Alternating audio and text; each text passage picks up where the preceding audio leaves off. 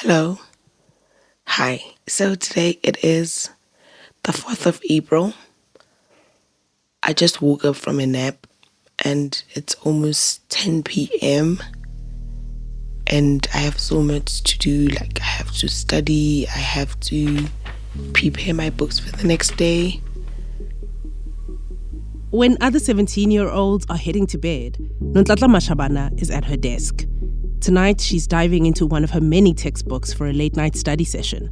This is her final year of high school, and that means exams. I'm gonna nail them and get 6 distinctions. Who knows?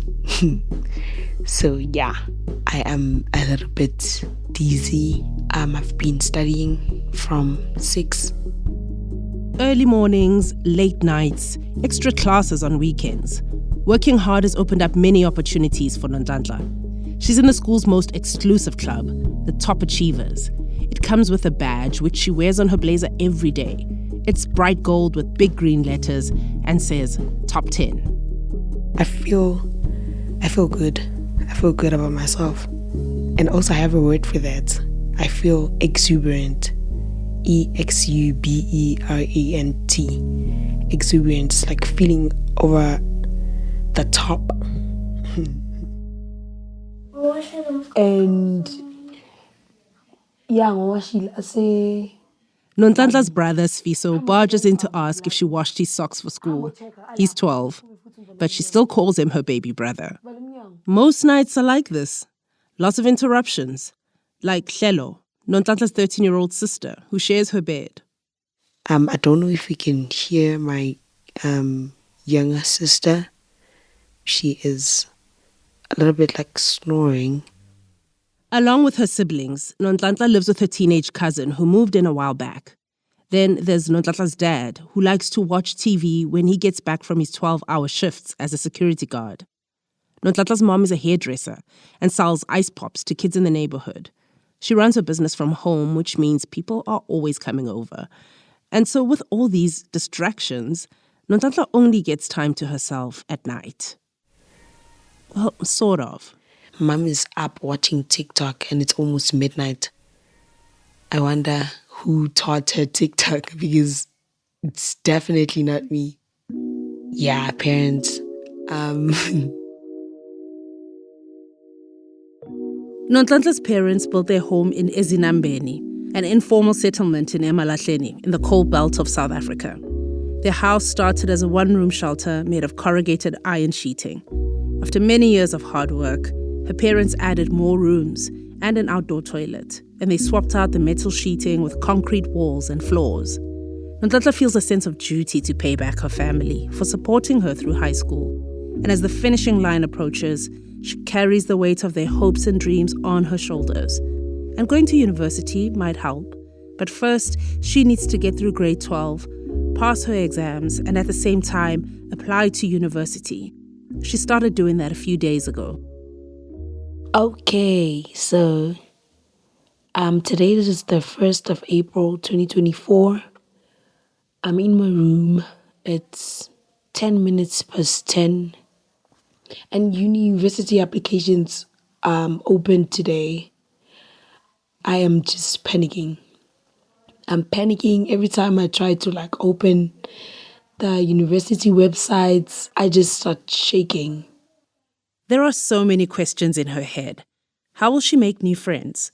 What if she doesn't fit in? What if this is her only shot and she blows it? And the scariest thing of all, am I doing all the best that I can to actually bag these bursaries and get myself a financial aid up until the end of my course?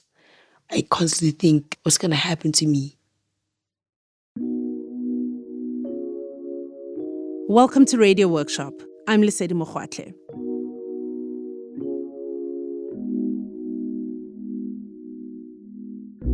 For far too many young South Africans, the education system feels broken. In 2022, it was estimated that for every 100 students who start grade 1, 60 make it to grade 12. Only a dozen will qualify for further higher education, and 4 will finish university with a degree. Even when students somehow beat the odds and earn a degree, it does not guarantee them a job or a better life. Sure, employment opportunities are better for university graduates, but at the risk of stating the obvious, university is expensive. And the majority of young South Africans come from low-income homes, just like Nonhlanhla. The cards are stacked against her, and as bright and capable as she clearly is, her success is not guaranteed.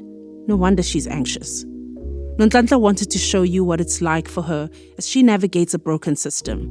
And so we handed her a microphone and recorder, and for 3 months, she opened up her life. Hello. Hi. Yeah, it's that time of the day.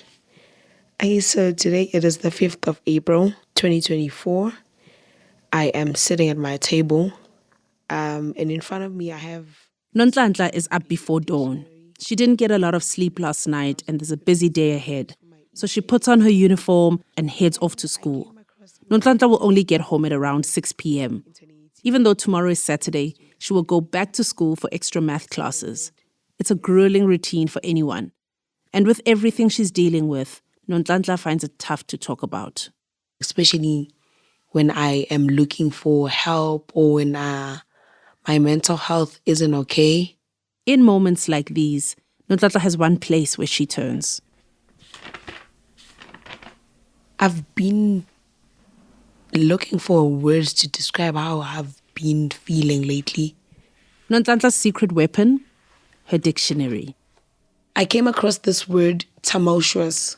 It's Tumultuous at the end. Tumultuous.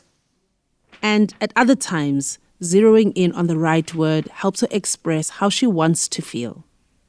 The word of the day is insouciant. It's spelled as INSOUCIANT. Insouciant means that you are unconcerned about something, or you're just like free from worry. Nonhlanhla has a knack with words, but she's worked hard to hone that skill through many hours of practice. Sometimes it starts by asking herself some tough questions. Like, how are you feeling today? I feel very sad. What does the word sad actually mean? It's just like melancholy. Nonhlanhla says she gains a sense of control over her life when she masters a new word. When she asks, what's going to happen to me? Words offer comfort. I found another home with the dictionary. Nonhlanhla's superpower is her unusual ability to keep pushing forward despite everything that might hold her back. I am in it to win it. It's just that I have to take things one at a time and have patience. It's like persistence. Yeah. Persistence or the strength of will, strength of purpose. It's patience, tenacity. Tenacity. TENACITY. Tenacity. Nonhlanhla's tenacity has made it possible for her to see a future for herself as a university student. A future that might have been out of reach had she not been such a spectacular speller.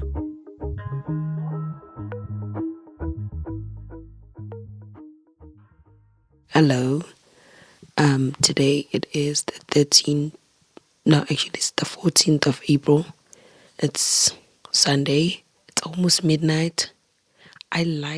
Before she found another home with a dictionary, Nonhlanhla says she was a shy, quiet kid. That was in grade 3. She had a lot of trouble making friends at school. But Nonhlanhla's mom thought she just needed to be more outgoing. So my mom used to advise me, like, why don't you do debates? Why don't you do sports? Or why don't you do netball? And I'm like, I'm not interested in any of that. While the other kids looked forward to netball matches or the next debate, Nonhlanhla wasn't part of anything. She was just there, alone, a bit lost. Nothing made sense at that time. I did not know, like, the main purpose of why I'm on this earth, because I just wake up, eat, play, and then go back to sleep. It was just like that routine. One random weekend, she went over to a neighbor's house. They watched a movie, and she was amazed by what she saw. That's correct.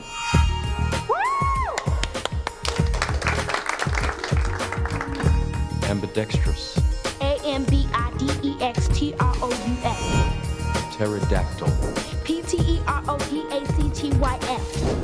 Pulchritude. Is there something like this in South Africa? I mean, I've never seen or heard anyone, especially in my community, doing something like that. It's either they're doing soccer or netball. The movie was Aquila and the Bee. It tells the story of a young, gifted African-American girl from a working-class family in Los Angeles. Aquila's on the verge of quitting school when she discovers her incredible talent for spelling and enters spelling bee competitions. When we were watching the movie, like a lot was happening in my head. We ask ourselves, who am I to be brilliant, gorgeous, talented, and fabulous? Actually, who are you not to be? After the movie, I went back home. I started searching like winning words, those big words. In grade 4, Nonhlanhla took the plunge. She entered her first spelling bee. When the judges called her name, she walked on stage. But when they gave her a word to spell, her nerves took over. She ran off without saying a thing. Nonhlanhla wanted to be just like Aquila, so she pushed through and tried again the following year. This time, she finished in 4th place. She didn't win a medal, but she did go home with exactly what she'd been looking for, a sense of purpose. In grade 6, her spelling skills propelled her even further. She was up against kids from all over the city. She progressed through to the provincial competition in Mpumalanga, and it was all going well until she was confronted by a word she'd never heard before. Your word is koinonia. And I just said, what? And everyone was laughing and I was panicking. And I was like, may I please have the definition of the word? My voice was even like quivering a little bit. It was like shaking. And then I asked for the origins, like Latin. I'm like, Latin? I haven't spelled anything in Latin. So the lady was like, you're left with 1 minute, please. And then I took a deep breath. Koinonia, koinonia. And then I closed my eyes so I couldn't see like their facial expressions. And then they looked at each other and then they started saying, that is correct. I almost collapsed. I was jumping. I was so happy. I was so proud of myself. I wanted to smile. I wanted to cry.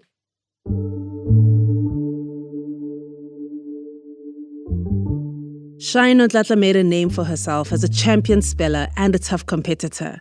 The other kids wanted to know her, and her success made it easier to make new friends. Her win at the provincial competition meant she could compete in the National Spelling Bee Finals in Pretoria, just a few hours' drive from home. She finished in 3rd place. Then came grade 7, where she advanced again. She qualified for the nationals of the Masters Spelling Bee. In her group were kids from grade 7, 8, and 9. But this competition was in Cape Town, so she'd need to pay for a flight and a hotel room. Yo, how am I even going to get the money to like travel to Cape Town? I mean, in my family, I've never heard them talking about like traveling and having like money. Nonhlanhla's teachers stepped in. They hosted a fundraiser and raised enough money. Yo, I mean, I'm the first person in my family to be on a plane to Cape Town. It was big. When she walked into the competition, Nonhlanhla remembers looking around and seeing students from all over the country. It was so intimidating, especially seeing white people and like the colored people and just us, the black people there. It's just like a diverse thing. And it was so scary. I don't want to lie. Like some people, when you see them, they're so confident, like, I'm going to win this. And with me, I was just hoping for the best.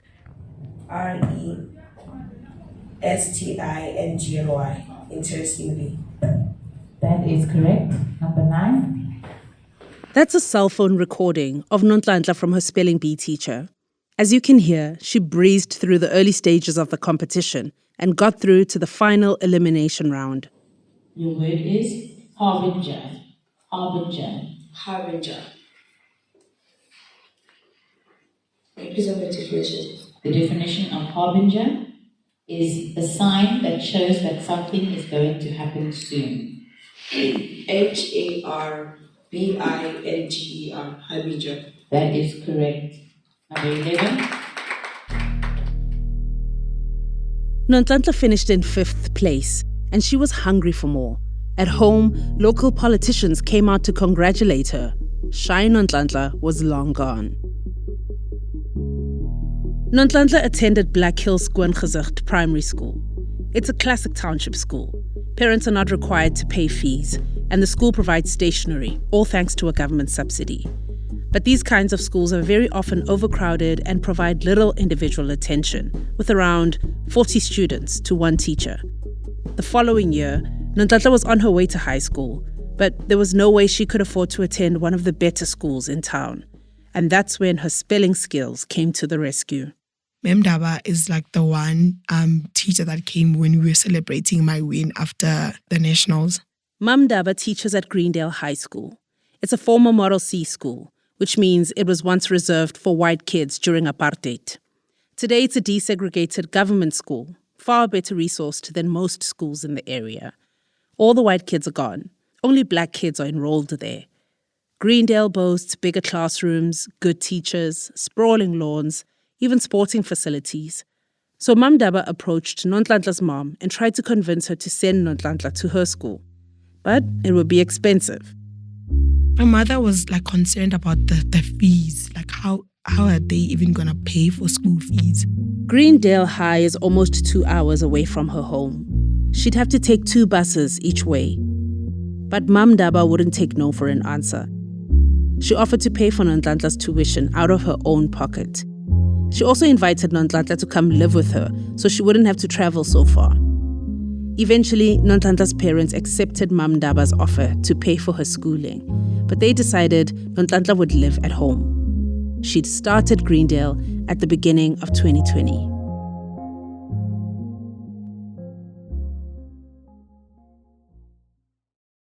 In high school, she thrived in her classes and made lots of friends. And by grade 10, she entered the Master's Spelling Bee and qualified for the national finals in Durban. Her school paid for the whole trip. Yeah, I started to deep sighs, oh my goodness, it's actually happening. My heart was doing somersault in my chest. And then I was just praying all the way. It's like, God, please, this is the last round. Please be with me. Nonhlanhla won the competition spelling the word dysphoria, which means discontent, worry, anxiety. I'm still awake because I've been constantly thinking about my matric year, how it's going to unfold, especially juniors. Nonhlanhla is back at her desk, grinding away as usual to get through her final year of high school. I'm in my room. It's dark. My mom switched off the lights because she is a believer of saving electricity and resources. Her spelling bee dreams have also gone dark. Nonhlanhla's family, her teachers, and her spelling bee coach have cut her off. She's not in the spelling bee club. She's no longer competing. It sounds like a punishment, but they just want to give her the best chance to ace her exams. High marks increase her chances of getting into university. Recently, we were having this chat with this other girl from school. She was just asking, but how do you feel that you're no longer doing spelling? I couldn't even look at her in the face to actually explain that I'm not okay. But I was just like, you know what? I had a nice time. Some things you just have to let them go. At the same time, Nonhlanhla feels like the confident, accomplished, outspoken version of herself is fading away. I lost some part of me. I lost that sense of belonging. I've lost something in me. That spark, it's gone just like that. It just vanished because I'm no longer doing something that I love. Ever since the spelling was just cut, the spelling bee Nonhlanhla is slowly disappearing. One of Nonhlanhla's best friends is Bonolo. She's also part of Greendale's exclusive Top 10 club. Nonhlanhla says they talk together all the time about all the things: clothes, shoes, hair, makeup, homework. Nonhlanhla met up with Bonolo on the school playground to ask her about her future plans, something that occupies a lot of Nonhlanhla's thoughts these days. If everything goes according to plan, what will your life look like after this year? I'll most definitely be in a different university, obviously, from my friends. New people, new environment, new career, new books, new textbooks, obviously. And I'll be alone in the big city. Yeah. Change of scenery.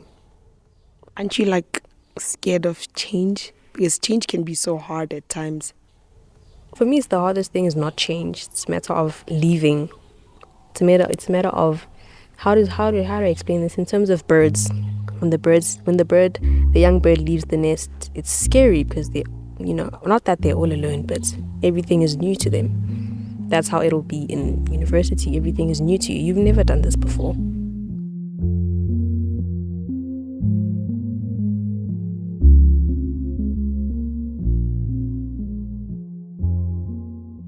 Being able to call Bonolo a friend is a big deal. Nonhlanhla is grateful to have someone around who understands her financial situation. A lot of the kids at her school can afford to pay for university. She says their parents have saved up for them, but she doesn't have that safety net. Besides, what should she study? And how could she possibly say goodbye to her family? I mean, it'll be the first time that I'll leave the house and not seeing them in months. That is what I fear. Yes, Nonhlanhla, we fear what we don't know. Yeah. Every one of us, we are very much scared of the unknown. That's Mums Tole, Nonhlanhla's favorite teacher. She teaches English at Greendale High. She understands how grade 12, or what's called matric in South Africa, is a scary time for any student. It is very much normal to be scared. It is very much normal for you to question yourself, to ask yourself questions that where am I going to study? What am I going to study? What I'm going to tell you today is that life will happen to you.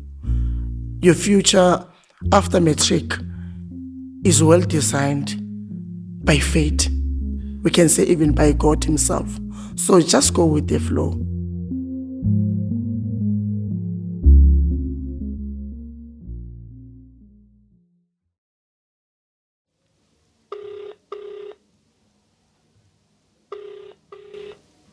Hello, Coco.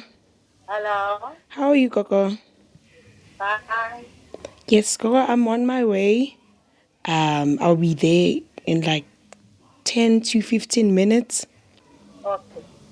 Okay. I will wait for you. All right, Coco. Thank you. Sharp, sharp.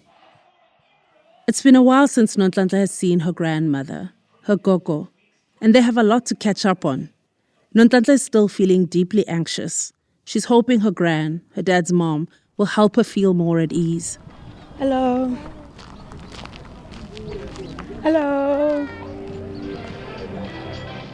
She's walked these sandy roads to Gogo's house countless times, past shops and homes without water or electricity. Many are informal structures made of old metal sheeting. Some are brick and mortar. She also sees other kids her age, hanging out, listening to music with their friends. So when I'm making my way to my gogo's house, I pass 2 churches and a mechanic place. And my most favorite part is that there's a pharmacy. I believe that maybe someday if I do take the medicine field, I might be a doctor and also own my place in our community, of course. But she's not certain about studying medicine. It's one of the most expensive university degrees, and she wonders how she'll afford it. So she's weighing up her choices. Maybe she'll try information technology or education. Hello. I'm home. Hello, Coco. Nonhlanhla takes a seat with her gogo. They chat for a bit about the walk over and what she saw. Nonhlanhla tells her she still looks young and how much she loves her kitchen. She takes a while to work up the courage to tell her the reason why she came over. But once she starts, it just flows out of her. A lot is happening. A lot is happening. I am afraid, especially now that I'm gonna go to university. Change can be so difficult. I can't go on a day without thinking how next year is gonna look like. I've never been away from my family for the longest time. I'm scared that I might meet people that are smarter than me out there. And futhi if uwesaba into elula nje Gogo is saying that she is very happy that next year I'm going to be going to university. She also said that she knows that I won't try to go out there and be someone that I'm not. umuntu owesaba wena eze kuwe. Gogo's name is Sontom Caesar, but everyone just calls her Nelly. She's 63. She grew up across the border in Lesotho. When her family arrived in Emalahleni, she was still a young girl. But she recalls living on a farm near one of the many coal mines that surround the town. They worked on the farm in exchange for living on the land. She remembers life was hard. Very difficult. Because in that time, it was a time of apartheid. Apartheid was very, very difficult for us, even our parents. You can't even think about that time, because that time, if you sit alone and you think, a lot of things is hurt. Like it was so painful. It was painful. Kuhambe kufika isikhathi futhi kuyavule ne. As she was telling me about her life, I did not want to cry in front of her because I know my grandmother. She is one person who's very emotional. If I would have teared up in front of her, it would have been something very emotional. How do you feel about me going to university? I'm happy, very happy, Nonhlanhla, ngoba I'm not scared. I will never be scared futhi, because I know very well ukuthi aniyongibhayizela lapha ngaphandle. Aniyongibhayizela. Akekho umuntu ophuma kulomndeni oyobhayiza lapha ngaphandle. Gogo is saying that I should be mindful of the people that I associate myself with. There's this saying that Gogo used to teach us when we were growing up, that bad company corrupts good character. It's something that she wants me to remember. Indawo yakho ikuphi. Uyababheka abantu. They spent almost 2 hours talking. Gogo tells her about going to night school to learn English. She wanted to send Nonhlanhla's dad to university, and she wishes she could have given him a better life. But she's also glad she could help him and all her kids finish high school. That was a huge accomplishment, given their circumstances. Gogo also reminds Nonhlanhla of her duty to the family. That is a blessing. First thing, if I look at isisho sithi, your first fruit. Yes. First fruit you must giving your grandparent, or you must give your family, your mother. But mawuse sekhona ugogo kubalulekile ukulanda izibusiso lapha, because in the fountain Gogo is talking about blessings, and she says that when you start working, it is also said in the Bible that the first thing that we need to do is to give the first fruit to the elders in the family. That is how we get blessings, by giving back to the elders as a token of appreciation that they've taken care of us when we were young up until now that we are working. Nonhlanhla finally tells her how expensive university is and that she doesn't know where she'll find the money. Her grand sees the anxiety and fear. Be yourself, be stronger, know yourself who you are, know yourself where you're coming from, know your dignity. You must talk with the fear. And say the fear, I'm very stronger than you. That life lesson you're giving me is that when I go out there, I need to be myself. Yes. I need to pray more. I need to be strong and let go of fear. Yes. So today it is the 17th of April. It's a Wednesday. a lot happened today. Nonhlanhla is back at her desk, studying. But all the worries are creeping up on her. This time she hears Gogo's voice in her head, her testament to their family's resilience, which also flows through Nonhlanhla's veins. I can still achieve greater things. I can still bring out the best Nonhlanhla out there. I just have to believe in myself again and let go of some things. It's hard, but I'll just have to do it either way. As much as her Gogo's words helped, she's still left with all the questions she had at the start. Where will the money come from? And without a university degree, what will become of her?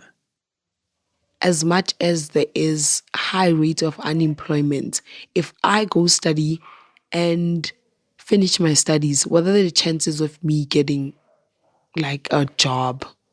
I'm not prepared enough to actually go out there and face the world. That is what I fear.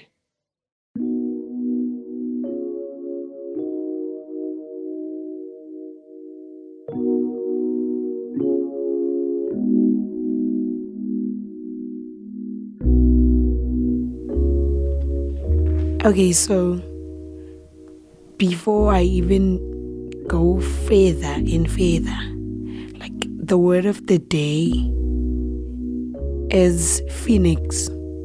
So phoenix is spelled Phoenix.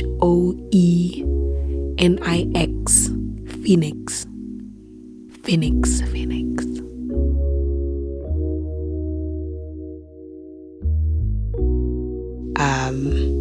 Yeah. The body isn't tired, but the mind is tired. I just need to like rest a little bit and then wake up tomorrow in the morning. Okay. Bye.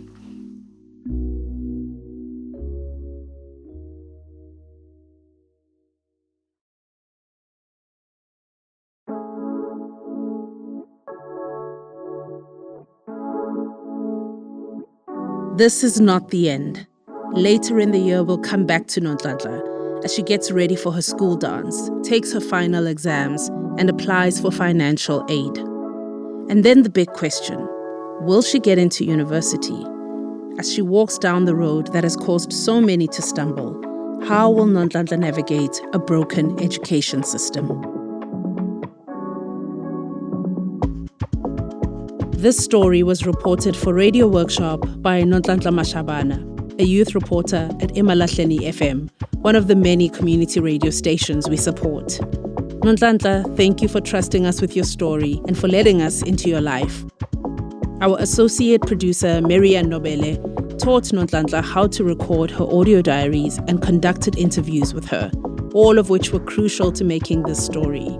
If you haven't heard it, check out Marianne's award-winning series, I Will Not Grow Old Here, in our podcast feed. This episode was written by senior producer Darshan Moodley, with the support of assistant producer Elejaze Gengan. Additional story support came from Sam Brown. Rob Rosenthal and I edited this podcast. Original music by Kamani Sambu at Edible Audio in Cape Town. Sound engineering by Naomi Gruen, Joe Jackson, and Mike Rayfelt.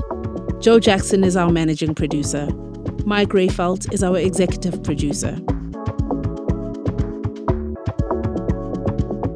This episode and the work of Radio Workshop would not be possible without the support of Luminate, the Constitutionalism Fund, the Shin Creek Trust, the Anne Levy Charitable Trust, the SCP Foundation, and Pam and Bill Michaelczyk. Find out more about what we do and support our work at radioworkshop.org.